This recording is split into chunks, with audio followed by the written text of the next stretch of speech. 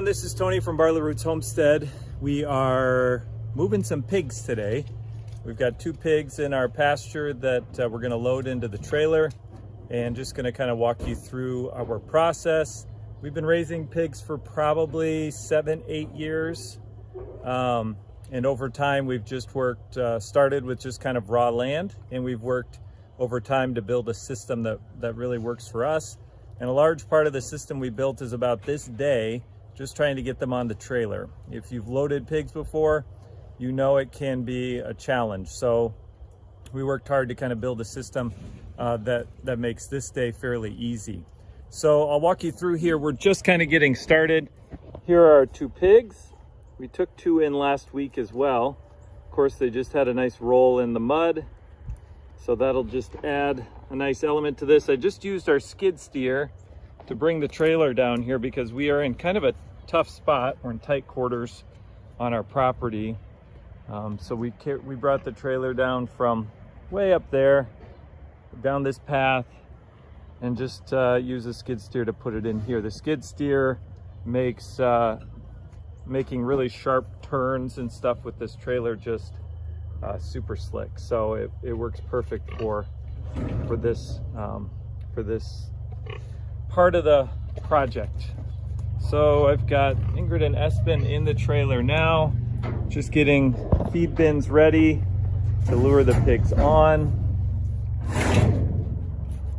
We will hopefully have 1 pig in one section of the trailer, another pig in the other section of the trailer, and most often use goat milk as the tool to get them in the trailer. I did not feed them this morning, so they're hungry, which is another important element. You want them to be hungry so they will respond to your food. Here's the door on the trailer opening. We've got a decent ramp. It is not pretty, but it'll do the trick. So Espen's putting that ramp in. The pigs do not like it when their feet don't feel comfortable, so having a ramp that they can get some good traction on is really important. So we've got some steps on the ramp, and then we hold it up to the top there like that, and then we've got a pallet here, and a pallet here. I just put those in with temporary T-posts. There's the gate right there that usually closes this part of the pen. If you haven't seen our whole setup, this is what we call their hub. They've got their water in here, and then we feed them in here in these tires. And then we've got 4 paddocks that go around the hub where they're able to come and go into the different paddocks. We've got a gate on each side, so this releases them into paddock 1 and 2. And then right now we've got them in paddocks 3 and 4 on the other side. So we locked them out of the hub while we got all this set up, and now we will let them in, and we'll probably put a little feed out just to kind of distract one of them. And then if they're a little reluctant, we'll use a little milk to encourage them. This is my pig push board that I made, just a piece of plywood with some 2x4s, so that once they get into this chute, I use this board to kind of lock them in. So we're gonna let the pigs in, kind of get situated, and I'm gonna give the camera to Espen so he can film this next part.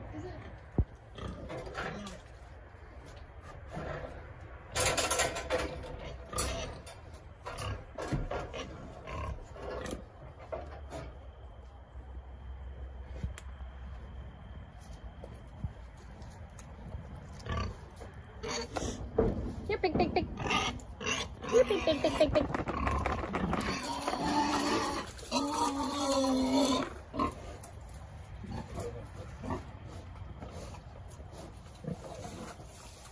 You want to shut the pen desk so they can't get out?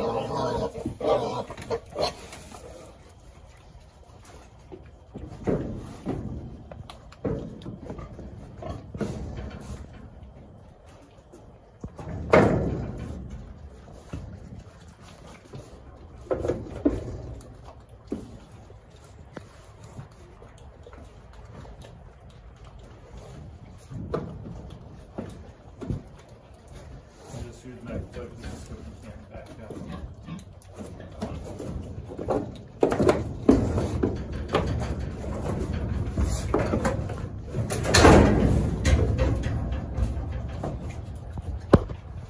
Alright, don't distract her with those apples back there.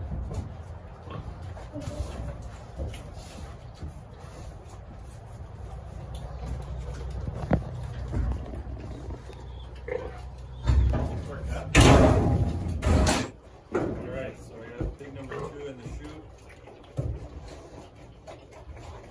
The first 2 pigs we loaded was pretty, one of them was ginormous, and the other was a female who was just so sketched out by everything. Pull it to the back corner. Pull it to the back corner. She would be our big problem. These 2 I knew would be relatively easy. Can you dump the apple one?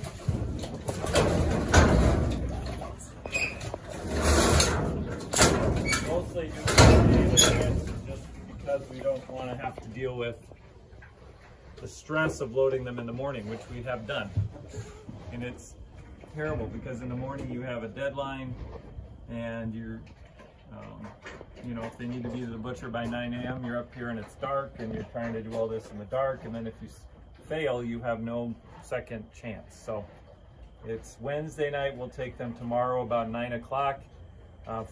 While they're in the trailer, it's cool now, but last week was warm. So last week I hosed them down every couple of hours and just made sure they had a black bucket full of water to keep them happy. And they are perfectly content to just hang in the trailer overnight and give them some apples and some more tea.